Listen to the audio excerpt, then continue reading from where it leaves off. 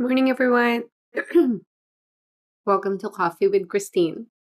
All right, so today we're gonna be giving a performance review to Mr. Gavin Newsom, a little bit of a performance review.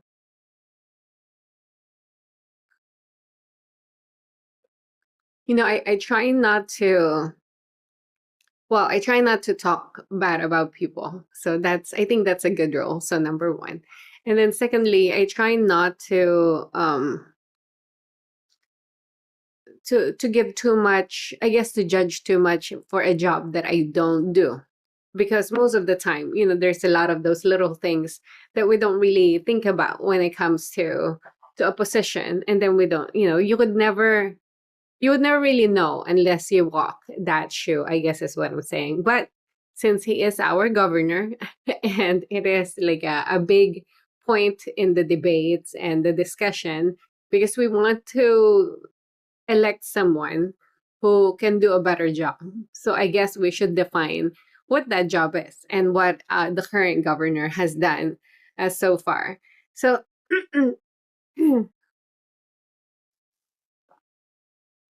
I'm not going to talk too much about assumptions. We're just going to look at the data in terms of what he's done, like overall. And these are just my positions, so I could come back to this video like a year from now and realize that there's a lot of things that I didn't understand. I'm sure that there's still a lot of things I don't understand, but we're going to be looking at the data quickly and seeing overall like how he's done. I remember I remember watching a stand-up from Dave Chappelle. And I just always thought this was very interesting. I remember watching a stand up with him and him saying, I think it's true. It's a high probability that, sometimes people joke, but it's true. And he said that a long time ago when was still starting his career, he actually met, he went to this room and he met Obama, Kamala Harris, and Gavin Newsom. He met these three people, a lot younger than, and they were already put in a place where people know that they're gonna be, put in that role, that they're gonna be presidential candidates or presidential the plan to be the president someday. So that's an interesting thing for me. But then it made me start thinking, because of course, being a governor, being a president, it's a big job. I understand that. So I think the powers that be, whoever those are, it's logical for them to prepare a lot of few moves in advance. Because for me, as management, that's part of my job also. If I'm doing my job well, is that whenever someone comes in, I'm already assessing them, even though they're brand new hires. I'm already assessing them in what they can do, in like how they stand up and how they perform compared to everyone else. And if I can tell that they have potential, we go from there. That we make sure that we support them, we see where they want to be, things like this. But what I'm trying to say is that when I think it's a good, logically, even if you don't promote, if you're not someone who promotes people, logically, you don't just look for the candidate when you're about to promote. You've been looking always. That's the role. And so going back to Mr. Newsom, that thought made me think that, hey, it's completely logical and perhaps even a good move for them to always have someone in line. Like, okay, so this generation, this is our people that we want to be put in that role, and so on and so forth. So that's kind of the interesting part to me. But he was, of course, he was a lot younger then.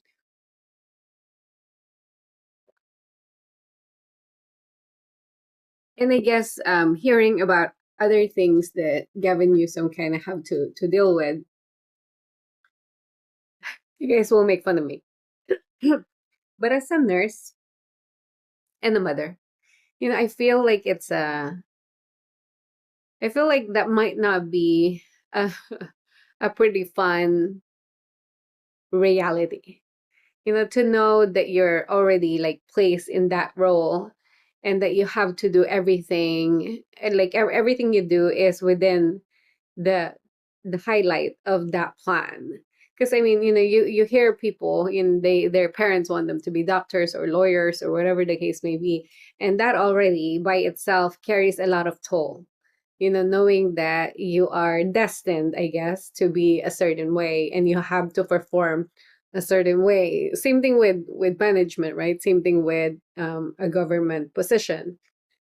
If you want your kid to be a doctor, you don't start when they're already graduating their bachelor's degree. I mean, you can, but the smart thing is to start from the very early. So for him, I'm kind of wondering. I'm kind of wondering his mindset. I'm kind of wondering, how it is to be, if this is true, wondering how it is to grow up, you being told that that's the plan for you. But anyways, let's look at his actions. So I've been doing a lot of research, and um, it doesn't it doesn't look so good for Mr. Newsom. But let's talk about it. So he's a big proponent of environment, climate and environment, which is good. I think it's good to care for the environment, but this is my position. When all the craze of like this, oh yeah, like the world's gonna end in like X amount of years if you don't recycle. I was part of that.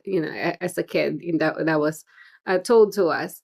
And so he has this pretty what do you call this? He has this pretty aggressive goal of going to making it all clean and clean electricity by, I think, 2035, which is less than 10 years from now. So I think they move it to 2045. But that's the goal. And they've moved a lot of resources. They moved a lot of money to make sure to support that goal. But that goal is kind of hard. That's kind of hard to do, because I was just having this discussion with someone. That's very soon. Like, you can't change like a whole generation's perspective. There's really not. It's gonna be super hard unless, dude, I don't even know. Like, I'm thinking, hey, if you give everyone an electric car for their car, the gas car, would they give up? I don't even think so. So with that logic, and you have to wait, I think, at least a generation, because the generations that are driving now, they're used to their car. They're used to their gas car, even with the self-driving and save gas and all that um, offers with vehicles. It doesn't always fly. People are creatures of habits. So if they're used to their cars, they want their cars. So I think it's an ambitious goal. I don't think it's realistic. I mean, I'm sure it's not realistic. That's why we moved it from 2035 to 2045. But let's see. Like, right now, 20 years, a generation. So 40, 60 people my age will still be driving in 20 years. So I guess with that one, I don't think that it's completely logical. Like, I don't think it's logical also to assume 2045. So again, you have to wait. I think you have to wait for the generation to retire from driving. It's a good goal, but it's not a realistic one. So for the healthcare, he did. I feel bad because I'm trying to find good things for Mr. Newsom, but I guess looking at the research, most things look good initially. Like, if you look at it like just kind of face value, like it looks good. But then if you go deeper, it just doesn't make sense. Sorry, Mr. Newsom. Okay, so for the healthcare, this one was cool, or at least I thought it was cool when I was 3 levels deep. So we have this thing called CalRx. It's a generic program for insulin, and the idea is that we're supposed to have insulin that costs like $11 per tube. But that one's late. Also, I think it's supposed to go live 2024, but obviously we still don't have it at 2026. But the problem here is that there's some people that are mentioning that there was this bill regarding copay, and Mr. Newsom vetoed it. So people are a little bit worried that there's a little bit of, I guess, insincerity when it comes to the insulin, the CalRx. In addition to that, from a federal level, the insulin are now they now cost $35 max. Like they can't go higher. So federally, we have, which is good because I mean, there's people outside of California, so I think we want to protect them also. So now, we're spending, I think we spent $100 million, or that's the budget is $100 billion for this. But now proponents are saying, is that a logical move to still use that money when it's no longer like so heavy for the pockets of people who needs it? Because before it was over $100, and now it's only 35, right? Because federally they move it. I mean, granted, Mr. Newsom wouldn't have known that. Maybe. I don't know. I don't know how much they know. But, for the most part, they're concerned that that 100 million is not really going to, because that's our money. That's taxpayers' money. So it's not really going to the purpose that like we need right now, because that one's already resolved federally. Another concern with the CalRx is that it seems like there's a lot of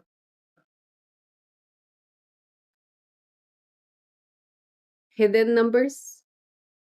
Like we have partners and we don't know how they're managing the money. Like where's the 500 million? Where is it going? So that's another thing with that. But conceptually, again, it's a good idea.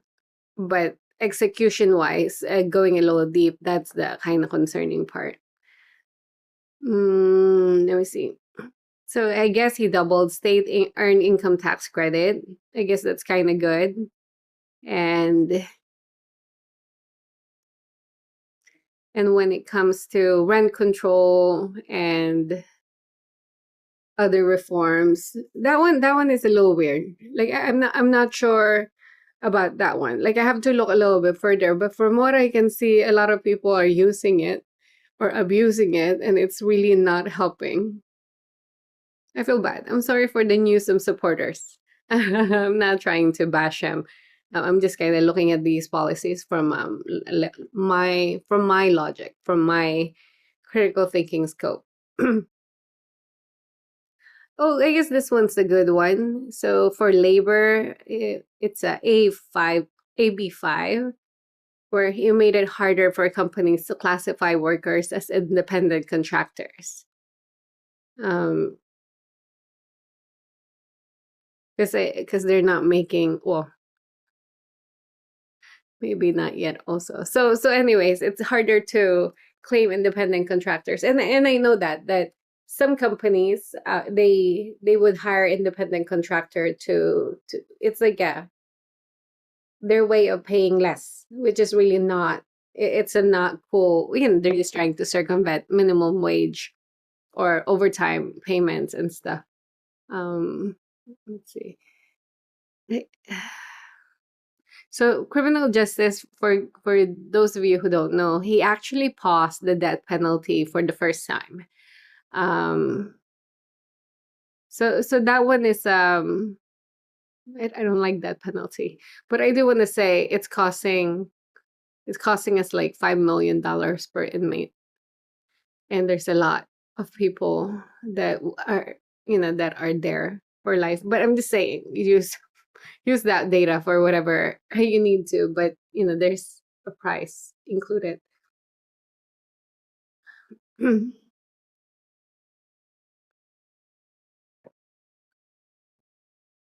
Okay, so let's see. He also did this thing in terms of pre-K, where I guess before, you can start pre-K if you're if you're a September baby turning 5. But now 4-year olds are qualified for pre-K, which is, I guess, good for the people, for the parents that wants help with their kids, so they can go to work. I do want to say, this might be coming, I want to disclose that this might be coming from an emotional way, although I don't think so. Being a mother of 5, I'm not so sure about pushing for this 2 ways. So the data is pretty weak. The data is pretty weak when it comes to saying that the 4-year-olds are, that it's very useful for them.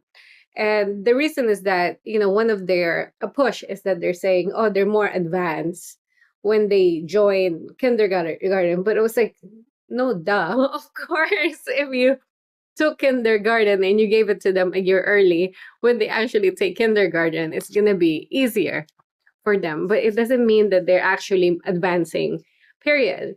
And data support this, that even though you can say, hey, the kids that took pre-K are better in like reading, quicker in reading and writing and whatever, phonics. Data shows time and time again, data shows that it's people who didn't go to pre-K catches up by second grade. So it's a very quick. It's not a effect that lasts.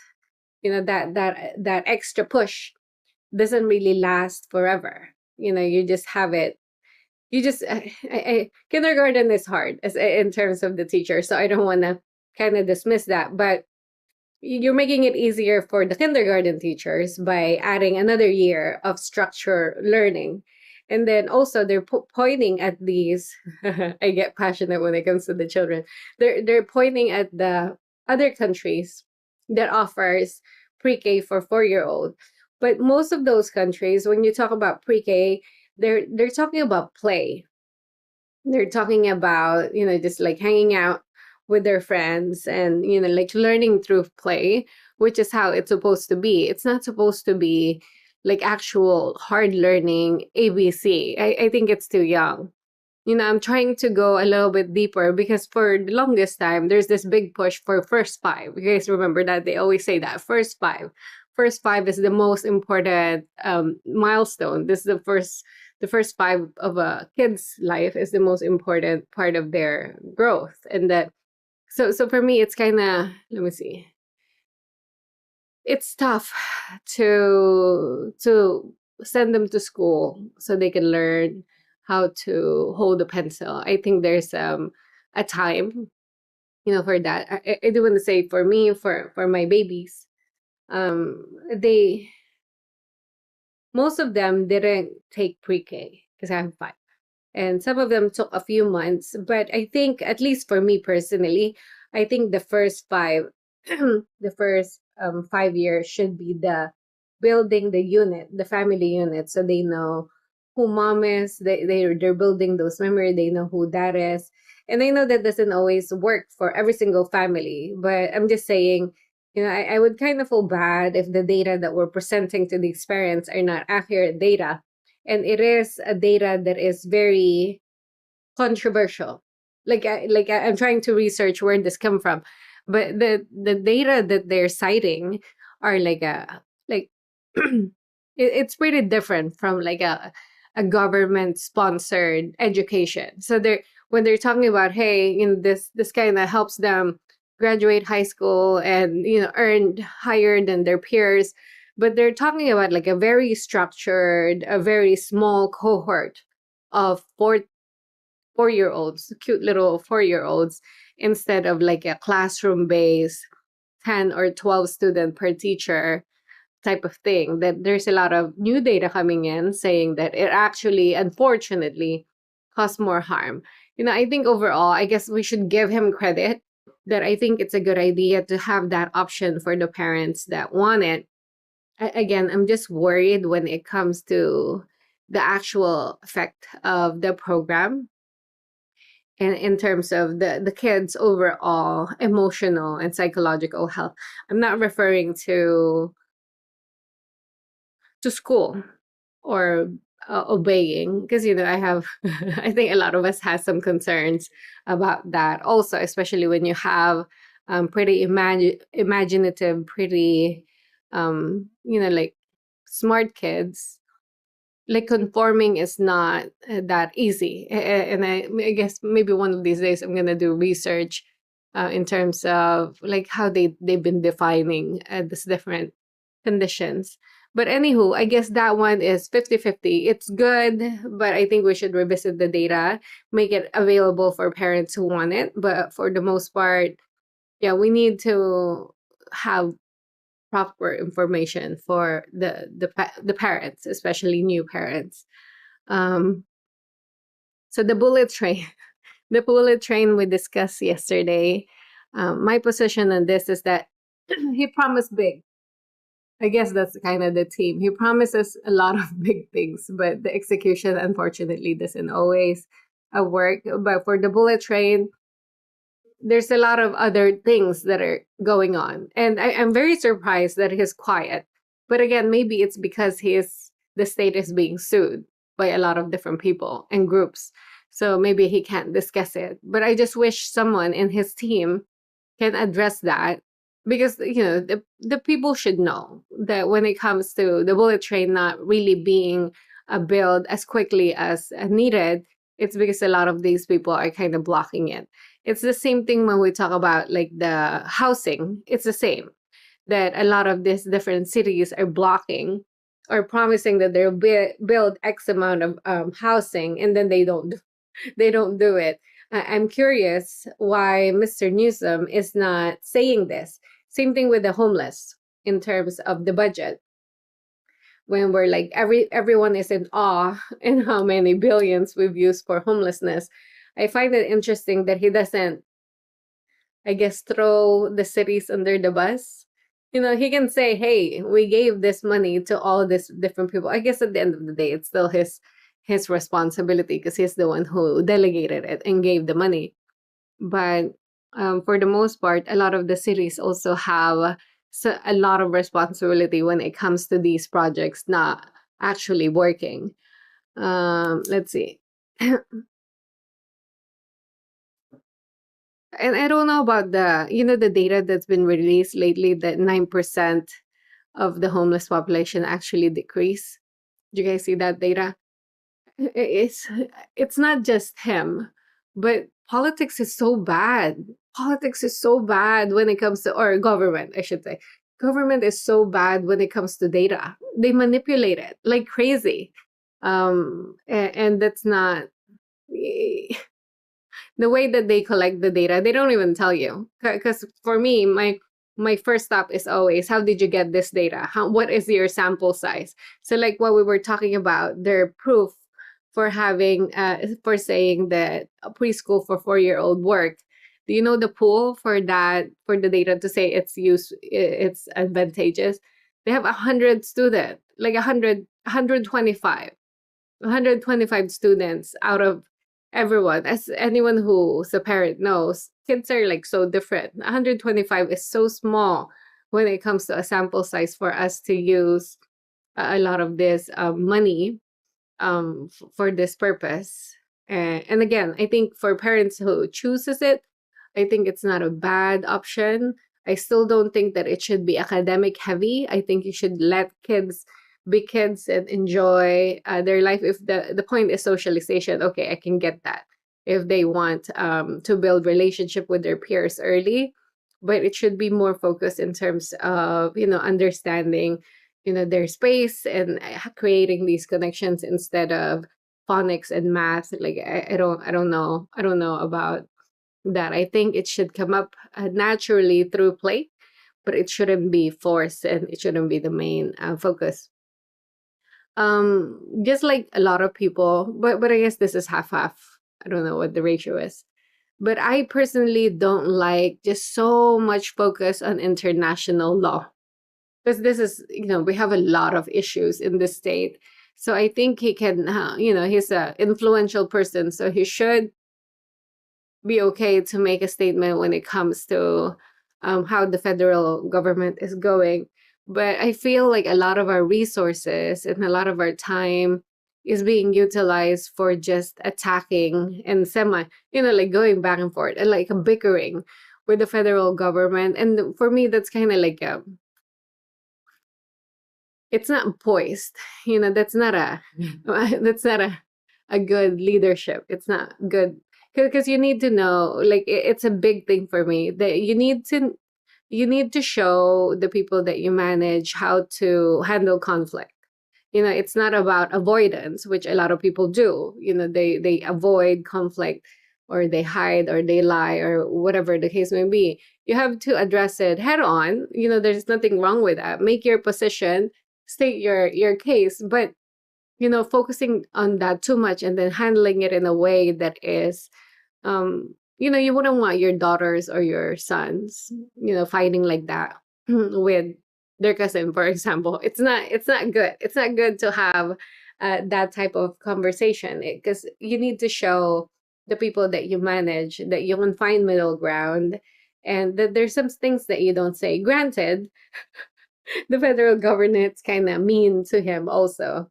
I'm not for this name calling. It's just distracting. It's like a reality show. It's not people get distracted with the drama. And I don't think we have time. We have time for drama. I think we should focus on the things that we can control. Let me see. What else do we have? Oh, we talk about that. Oh, the last thing I want to say, I kind of want to, I guess, give him a point for. And this, again, this is my bias, because this means a lot to me. Kids means a lot to me. But he made the free food program for school, and I want to give him credit, because even though this one cost us money, what is the money? It just like everything else, it costs us money. um Before, I think, before, either you have to pay, depending on the school, so you have to pay for your lunch, or you have your account number, and then they have to enter it. Outside of, I guess, kind of shaming the kids that qualifies for free food, so they don't have to pay, and this, every school kind of does their own thing to prevent that situation. I think, if for this one, even though we're spending money, I think we're also saving money, because the admin part of it, from the lunch ladies trying to focus in like who's billing what, I think that one is a little bit, let me see, a little bit, it's costing money, so we're saving that part by just saying, okay, free for everyone. I do want to say there's a lot of waste. This is the thing, you guys. Every time that the government steps in and they say that they'll just pay it, it's so much more waste. I guess that's just the reality. So, according to data, now that the state is paying for all the food for schools, we waste up to like 60% of the food, because it's free. So kids don't really care, or even, I guess, administrator, they're like, okay, it's done, and then you just throw it away, which is kind of sad. But the good thing is they're pushing for it, since that we put so much budget in it. They're pushing for the schools to have fresh kitchen, something, some people that would cook there, because of course that would be a lot better for the environment too, because I see those bags and everything is like pre-packed, and they're not really good food. My kids, they don't want to eat at school. They rather just wait to get home. But the point is, it's like from the environment and just overall waste. If it's actually healthy and the kids are eating it, it's one thing, but it seems like that's not supported as well. But the fact that we're planning, and we're spending money and fixing their kitchens and making sure that, hopefully sometime in the near future, that the kids will have access to actually warm, like hot foods, I think that's pretty cool. Okay, so overall, for Mr. Newsom, he's been- he's been running our government for a while. So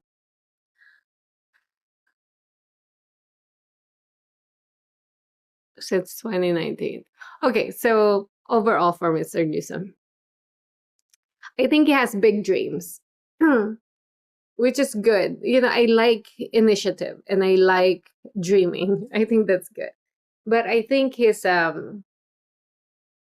I don't know if he has good team behind him. Let's just say that because I can't speak of Mr. Newsom's intention. Like I have to give him the benefit of the doubt, I guess I should say, at least in terms of his participation or his motive for doing this. There's a lot of people that worries about like what he knows and what he allows if he actually is part of those things that are not super kosher. But ultimately, as the leader, it's your responsibility regardless if you delegate it or not. I think he's pretty quick in cleaning an image, like for it to look good in paper. But as I mentioned earlier in this recording, you just need to go you just need to go 3 levels deep and it already falls apart. Like the argument and the policies already falls apart, and that's not good. And then also there is every single policies, every single plan has money attached to it. I think, I guess it's fair to say that he can't really, it's not like he can text us and ask us our position for all these policies. It's going to be impossible. But I'm not sure. I'm assuming he has a team, right, that handles the finances, at least the proposal. I don't think he understands well about money. Like I don't think it's a concept that is as strong. Because again, um,